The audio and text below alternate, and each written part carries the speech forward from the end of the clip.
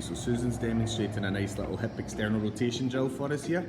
So the goal is to keep the hip externally rotated, so the foot pointing out towards the side, and then Susan's lifting and kicking the leg out. So she's, yeah, you can see the difference. It's a lot easier on that left leg to keep open than it is onto the right side, eh?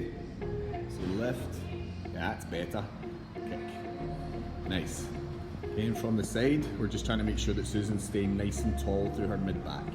That's it, so lift and kick, pull in and down, nice. Okay, now push the knee into the roller and lift the foot again. 10, 9, 8, 7, 6, 5, 4, 3, 2, 1. Foot goes down, and then windmill back round to the start with a hand. The big thing with that. Okay, now push the knee into the roller and lift the foot again.